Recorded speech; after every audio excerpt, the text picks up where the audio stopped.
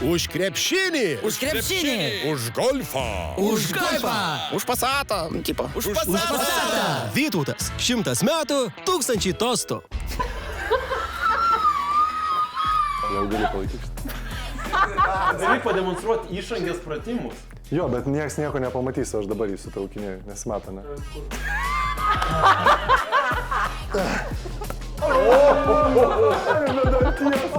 Sveiki, šiandien laidoje Ignas Bakėjus, coacheris, sveikatingumo treneris, 3 vaikų tėtis. Ignai, ką dar pridėtum prie šitų žodžių apie save? Esu pardavėjas, jo, nuo mažų dienų. Tai dar tą pridėčiau. Ir pradėjau geštaltą studijuoti. Tai čia iš tokių reikalų. O šiaip... Ką esi pardavęs tokio, kuo labai didžiuojas? Čia kaip klausyklėliai, klausyk. O ką esi tokio pardavęs, Taip, kuo sakykit, mažiausiai taip. didžiuojas? Na, ką esu pardavęs? Esu pardavinėjęs cigaretės žmonėms. Sveikatingumo treneris. Žosk. Jo, kiam antrais, kai dar dirbau, kiek man buvo 18 metų gal. Kiam antras. Kai yra labai senai, tai toks yra pasakymas. Aš galvojau, kad... Kurį čia gyvenimą gyveni, Bakėjau, kas vyksta? Tai žodžiu, eidavom į barą ir žmonės klausdavom, įsivaizduoju, ir dar pas mane buvo keletas merginų, kurios ten irgi šalia, kartu, ir ten mes po barą pasklinam ir per visus, pavyzdžiui, Palangos, Šventosios, ten Klaipėdos barų, žinai, tai ten belekas per savaitgalį, naktim. Tai sutašė, realiai vaikščiai? Ne, ten tipo Kamalas kažką, ne, tai aš dar ne treneris, aš tik taip pat savo. Sutašyta basanavį. Arba kai dirbau Belmonte, tai dirbau už baro ir stumdžiau, žodžiu, girdžiau žmonės. Iš po stalo tipo? Ne, girdžiau žmonės, tiesiog realiai. Tai jie, žinai, atvaro ten tokia, pilkma, aš davai, pinigus mokai. Tai dabar, žinai, kai jau aš jau darau tą, ką darau. Bet tada tuo metu tikrai buvo... Ignai, klausyk, mes šiaip esam dabar pykčio kambaryje, kur galima išlieti savo pyktį. Papasakok savo santykį su pykčio emocija. Tai iš tikrųjų, mes su Arnu, gal nežinojai arba žiūrovai nežinojote, bet mes su Arnu susipažinom Nido Juodkrantėje, gal kažkas tokio. Ir nuo 8-9 metų įstojom kartu į Marčiulionio akademiją. Tai mes su juo praleidom visą tą, žinai, vaikystę ir praktiškai didžiąją dalį gyvenimo. Ir ten aš toks buvau krepšinio aikštelėje labai, toks kaip degtukas. Galėdavau užsidegti, eiti, susimušti keletą kartų, esu mušęsi, žinai, kur ten paskui mane... Tavo pravardė buvo Kalvis. Kalvis, jo, žodžiu, eidavau kaltis. Dėl to, kad kalasi? Ir dėl to, kad kalasi ten kovotojas ten ir taip toliau. Tai žodžiu, ir man atrodo, kad aš visą gyvenimą toks ir buvau. Bet paskui kažkaip atsirado šeima, su žmona ten tokia, tu pasitūsin dar kažką. O paskui, kai atsirado vaikai ir prie vaikų atsiradimo ir prie to tokio nuolatinio, ten, žinai, pakelto tono, balso, ten rėkia, neklauso. Ir to prasme toks tipo, tai ką čia daryti, ar tada žmona kažką ten, o tu nieko nemoki, žinai, ir, pavyzdžiui, nieko nesimokau tada, kad ten kaip čia su emocijom, susitaigi dar kažko. Ir ten vyksta, žinai, sprogimai, žinai, iš mano galvos, iš mano burnos, iš mano kūno. Bet jau šnapso nebegerdavai. Ne, aš nuo 20 metų, tai žinai, aš jau kiek, 20 metų blaivas. Bet netgi ir būdant tuo, tai aš neįsivaizduoju, kas man būtų, jeigu aš nebūčiau prikalęs. Ignai, susiras kokį pykčio kambarį, kažką tai nežinau. Ne, tai žinai, tai ne tokiam lygi, kad tu ten, žinai, pradedi ten daužyti indus ir ten, žinai, ne tokiam lygi. Bet, žinai, pakeltas tonas, kažkokios emocijos, ten kažkokia duris trenkti, išeiti. Žinai, nežinai, kaip su tuo tvarkytis, tada ten kažkokį ten... Paskui išeini, ten kažkur ateini į bokso salę, turi išsidaužyti, žinai, kažkas tokio, tai kažkur vis tiek nori, ieškodavai, kur visą tai atiduoti. Tai mano atidavimas išeidavo į salę, žinai, kilnuoti ant svorius, ar bėgioti, ar daryti intensyvės treniruotės. Salėje tuo metu. Kas? Skeitgiai. Kai tu pasakoji apie salę, tai tu kaip pabaigi?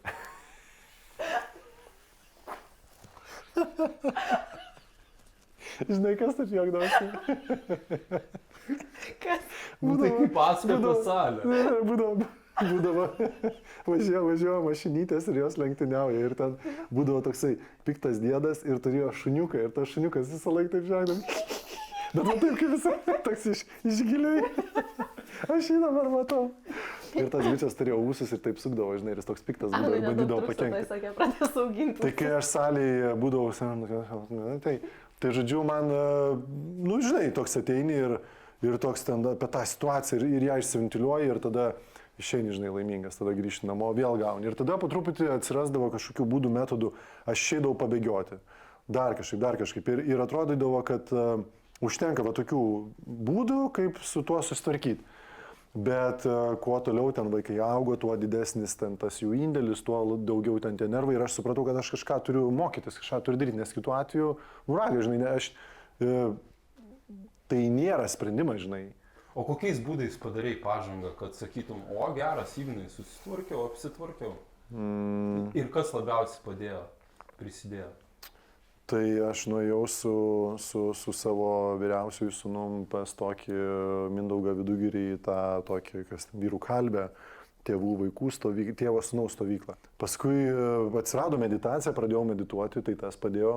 Tada va kažkoks coachingas, kur mes kalbėjome, ne, ten ar gestaltas, dar kažkas. Tu turi 3 sūnus. Kaip tau sekas juos auginti dovana? Tikrai taip, Arnai. Jo, seniai. Galėko gana. Ne, bet tikrai, kaip tu manai, kaip tau sekas? Pasižiūrėkit į Arną plaukus, ne? Vat jisai normaliai viską, mes vienodo amžiaus esam ten, judi plaukai ir žinai. Ir pažiūrėk į mane, seniai, aš pražylęs visas. Ne, dėl to. Čia yra dėl to, kad yra 3 vaikai ir niekaip nebuvau pasiruošęs tiem vaikam, ne vienam, žinai. Mokyklai nemokė, univerė nemokė, knygų neskaičiau, nieks nepasakojo. Kodėl, pavyzdžiui, tada tavo mylima moteris, žmona, nusprendė, kad būtent tu esi kaip ir, gal tu tik tai galvoji, kad tu nepasiruošęs, bet tavo moteris, jinai išsirinko tave ir sako, jisai pasiruošęs. Na, tai aišku, jinai pasirinko ir jinai ten pasako, pagal ką jinai rinkosi, kad aš rūpestingas ir kad, žodžiu, kad ją labai myliu ir rūpinosi, žinai, ir kad visko bus pasirūpinta. Bet savo tu jautėsi nepasiruošęs. Ta prasme, visiškai nepasiruošęs. Mano vaikas guli ten 2 mėnesių ar ten kiek, žinai, aš keičiu jam vystyklą, o aš ten virduliuoju visas iš vidaus, žinai, nes ten kažką su žmona, kažką aiškinamės, ten vaikas ten verkia, aš nemegojęs, nedavalgęs, dar tada tiek sveikatos žinių nebuvo. Tai visiškai chemiškai, žinai, toks didžiulė įtampa, nedavalgęs, nedageręs, nedamegojęs. Ir visą tai reikia daryti ir daryti pinigus, uždirbti nu visiškas sprogimas, žinai. Tai vat ką norėjau pasakyti, kad jeigu ne vaikai, ne žmona ir ne tos visos situacijos, netgi ir su tuo pačiu pykčiu susijusios, aš net nebūčiau pasiūlynęs, tai aš labai džiaugiuosi, žinai, ir taip labai, nu, tipo... Kad gyvenimas atsiuntė. Jo, kad įvyko, kad man atsitiko taip, irgi ne fainai. Bet jeigu nebūtų atsitikę, aš nebūčiau jas judinęsis ir ten į terapijas ėjęs, ir meditavęs, ir važiavęs ten, ir tiek daug visko nebūčiau daręs, kad galų gale bent ten tunelio gale švieselę kažkokią, kad aš gal kažkur einu. Aš nesakau, aš čia labai, žinai, ten jau sėdžiu, va tai va kojos sudėtos, ten aplinkui ten vyksta sprogimai, o aš ramekas. Tai taip nėra. O kaip sveikatingumas atėjo į tavo išvis gyvenimas, kaip supratau, ten ir cigaretės pardavinėjai, ir alkoholį, ir tą. Kaip tu užčiapai šitą sritį?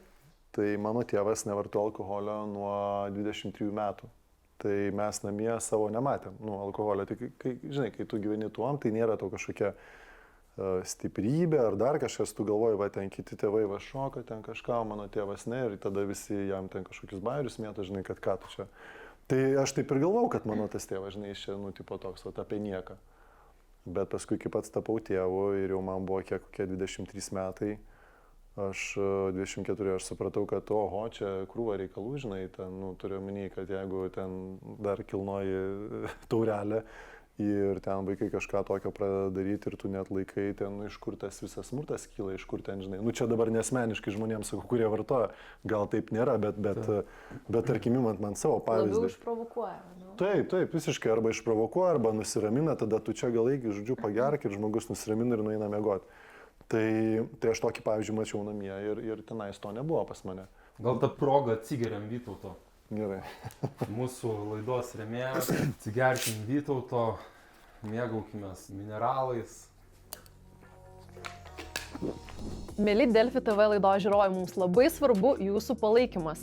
Jūsų dėka mes galime kurti vis įdomesnės laidas su labiau intriguojančiu turiniu. Nepamirškite, kiekvieną sekmadienį 9:30 ryte per Delfi TV tiesiogiai rodo mūsų laidas. Mūsų laidas galite matyti ir YouTube kanale Du šalti vienas karštas bei Spotify platformoje. Tad laikinkit, sharingkit ir subscribinkit.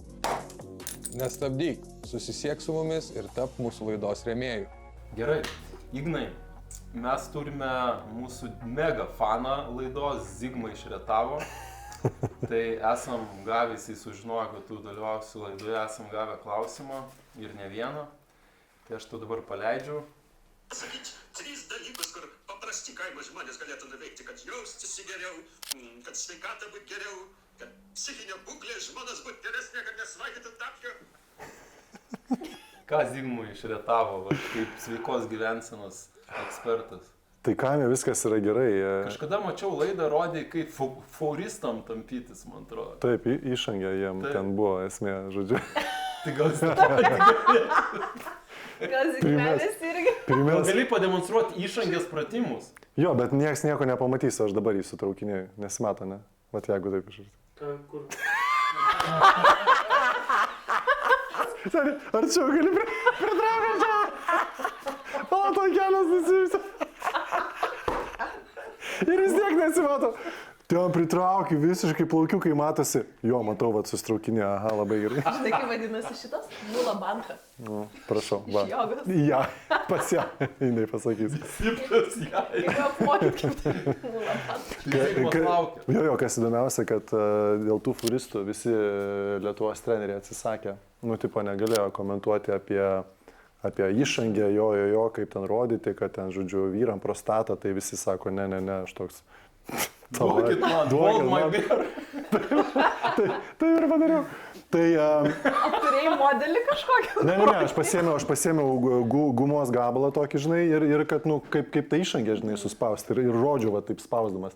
Ir plius minus tiek. Tai jam atsakymas yra toksai, kad šiaip iš tikrųjų jie kaime labai gerai gyvena.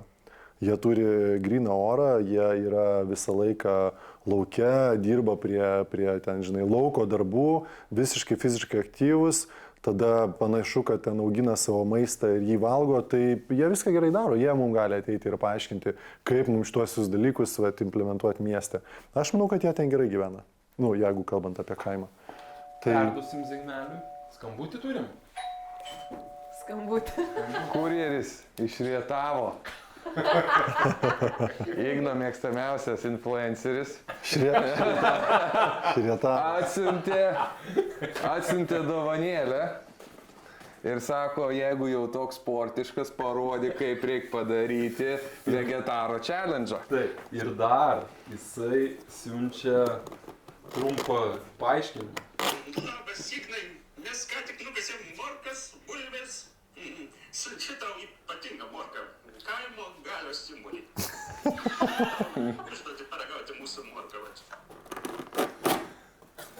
Nu, gerai.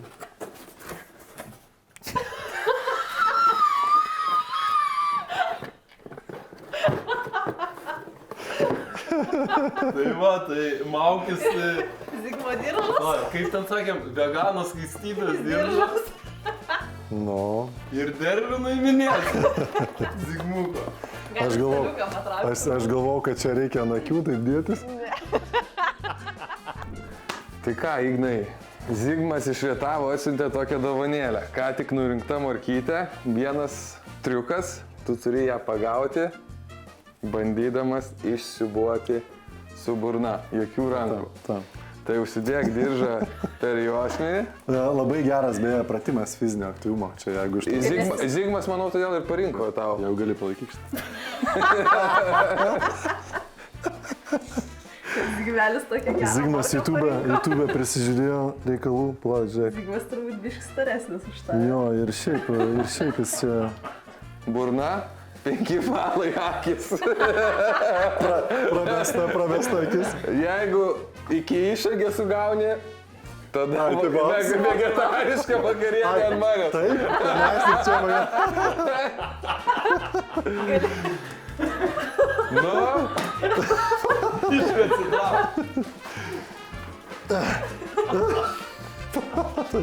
To išsibuosim. Be danties. Bet skonį pajutau. Tokia. Man atrodo, yra mymas, kur žmogus stovi ir jam čia dešrelės taip krenta visur. Va dabar taip jaučiuosi. Medis sakė, vakarai žaidžia su žmona. Medis su žmona. Čia aš siūlyčiau šitą vaizdą, kai aš gaudau sulėtinti toks.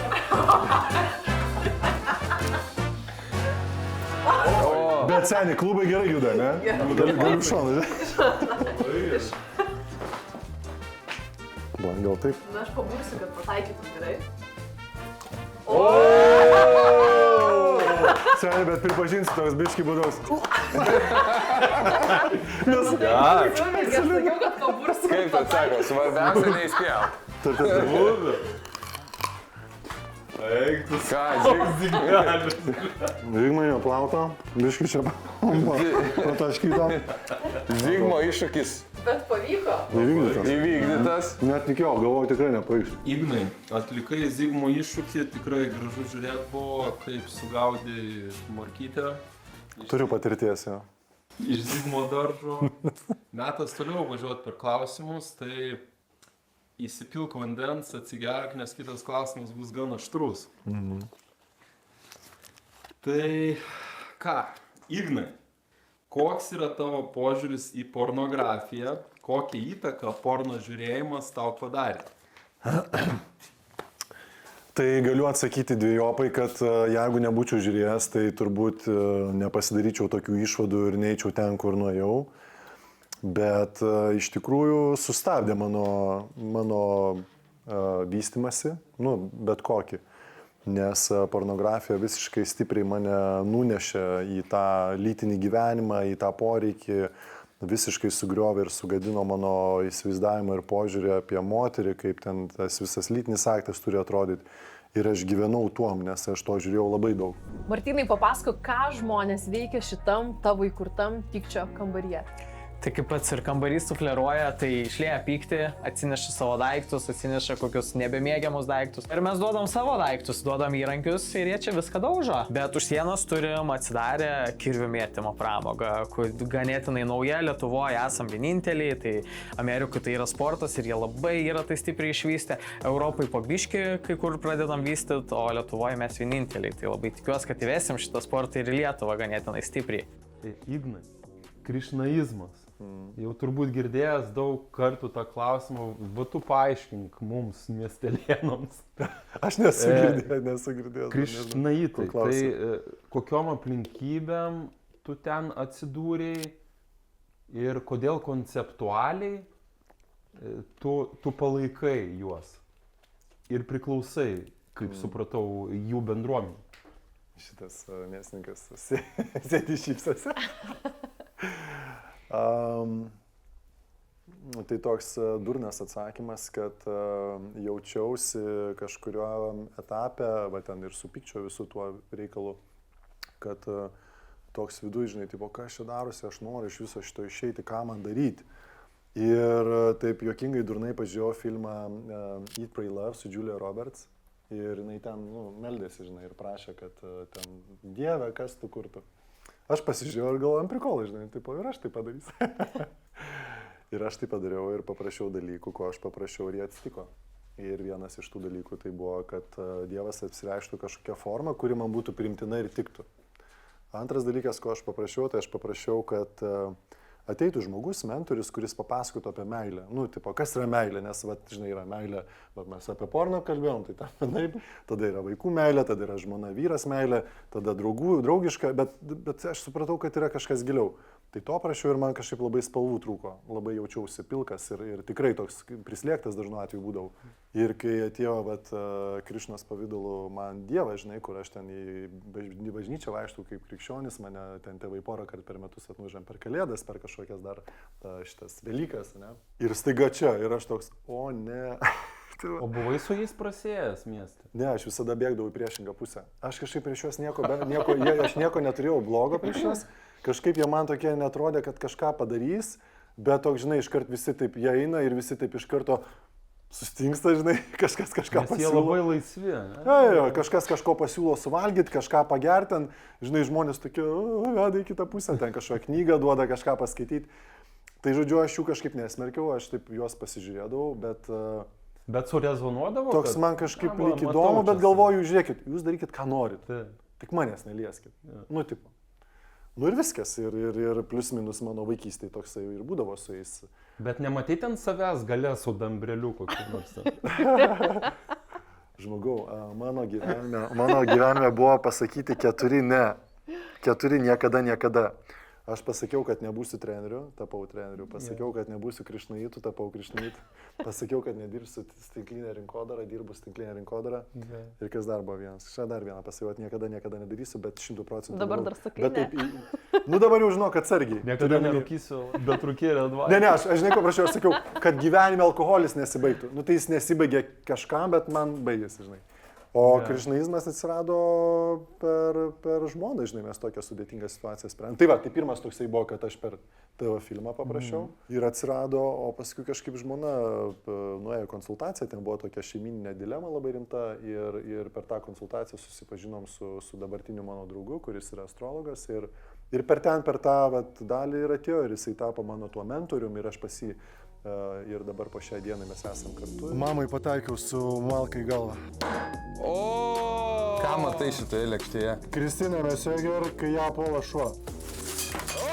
Kokia yra tavo nuomonė apie atvirus santykius? Kas ką nori, tas tą gali daryti. I don't give a shit. Kokia yra tavo nuomonė apie sekso žaislus?